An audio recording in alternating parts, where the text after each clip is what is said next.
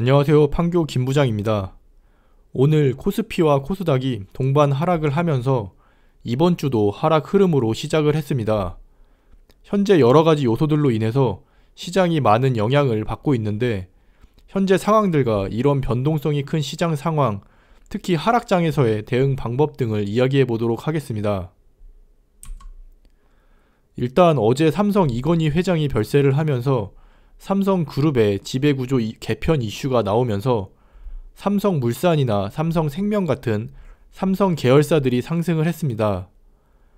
하지만 이를 제외하고 대부분의 종목이 지수가 밀리면서 하락을 했는데요. 오늘 코스피가 장 초반에 약간 상승을 했다가 외국인이 매도를 하면서 하락이 나왔습니다. 코스피의 경우 그래도 지난주까지 잘 버티는 모습이었는데 지금 좀 아슬아슬한 모습이기는 합니다. 코로나 이후로 계속 상승 흐름을 타다가 저번 8월에 고점을 찍고 살짝 조정을 받았다가 다시 올라갔으면 좋았을 텐데, 일단 지금까지는 조정에 대한 횡보 구간이라고 볼 수 있겠습니다. 이대로 상승분을 조정하면서 어느 정도 횡보를 이어나갔으면 좋겠는데, 최근 대외적인 여러 요소들로 인해서 좀 쉽지 않아 보이기는 합니다. 제일 좋은 흐름은 현재 단기, 중기 이평선들이 모여 있는데, 이 상태에서 어느 정도 유지 후에 다시 상승 흐름으로 돌아가는 게 제일 좋다고 볼 수 있고요. 지금 횡보 구간대에서 위아래로 유지만 되어도 좋다고 할 수 있겠습니다.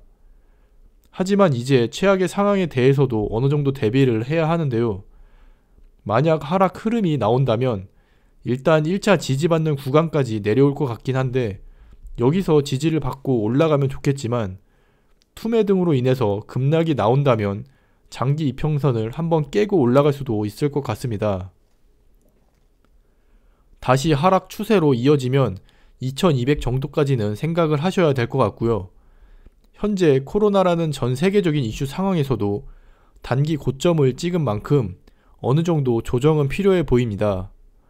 어쨌든 2300에서 2400 사이 구간에서 유지를 해주면 좋을 것 같은데, 미국 증시도 상승 흐름에서 추세가 좀 꺾였는데 우리나라 시장이 미국 시장의 영향을 많이 받는 만큼 앞으로 잘 지켜봐야 할 것 같습니다.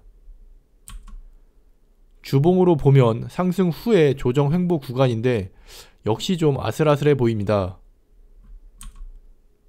월봉으로 보면 아직 추세는 꺾이지 않았지만 만약 현재가 고점이라고 친다면 아직 제대로 된 하락은 시작도 안 했다는 것을 알 수 있습니다. 자, 이제 문제는 코스닥 시장인데요.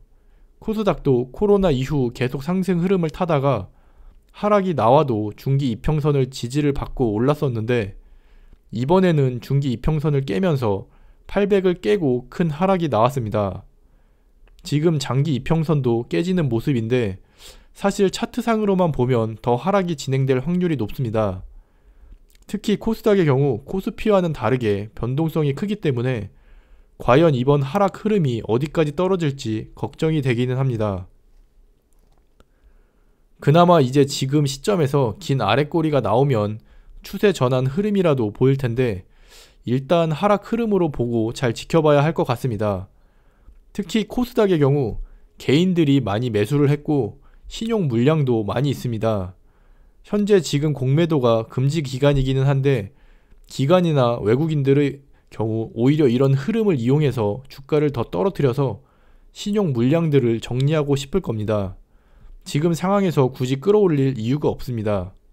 오히려 크게 하락이 한 번 더 나오면 반대 매매로 인한 신용 물량들이 정리가 되고 낮은 가격에서 들어올 수 있기 때문에 지금 당장 반등해서 올릴 것 같지는 않고 하락 흐름이 좀 이어질 것 같습니다. 주봉을 봐도 그렇고요. 월봉을 봐도 일단 추세는 꺾인 상태입니다. 일단 시장 전체가 좀 하락 흐름이기 때문에 개별 종목들도 전체적으로 하락이 나왔는데, 신규로 매수를 하시려는 분들은 일단 시장을 좀 지켜보면서 대기를 하시면 될 것 같고요. 당장 미국 대선이 얼마 남지 않았기 때문에 다음 달까지는 변동성이 클 것 같습니다. 미국 대선 이후 상황을 보고 안정적으로 대응을 하면 될 것 같고요. 하지만 좀 투자를 하고 싶다고 하시면 이런 하락 국면에서 분할로 조금씩 모아가시는 것도 개인적으로는 나쁘지 않다고 봅니다. 지금 개별로 떨어지는 것은 종목에 문제가 있어서 그런 거지만 전체적으로 떨어지고 있는 것은 시장이 받쳐주지 않아서 그런 거기 때문에 원래 갔어야 할 종목들도 지금 전체적으로 다 떨어지고 있습니다. 이미 빠르게 급등을 해서 놓친 종목들의 경우도 다시 떨어지고 있습니다. 이럴 때 성장 가능성이 높은 종목들을 골라서 하락시마다 조금씩 분할로 대응을 하시면 되겠습니다. 물론 이런 시장 흐름에서는 절대로 레버리지를 사용하시면 안 됩니다. 저번에도 한번 이야기를 했지만 이렇게 시장이 불안정할 때는 꼭 본인의 투자 자금만으로 대응을 하셔야 합니다. 지금 손해보고 계시는 분들이 최근 상승할 때 늦게 레버리지를 이용해서 들어오신 분들이 많습니다. 그리고 지금 살만한 괜찮은 종목들이 굉장히 많이 있습니다.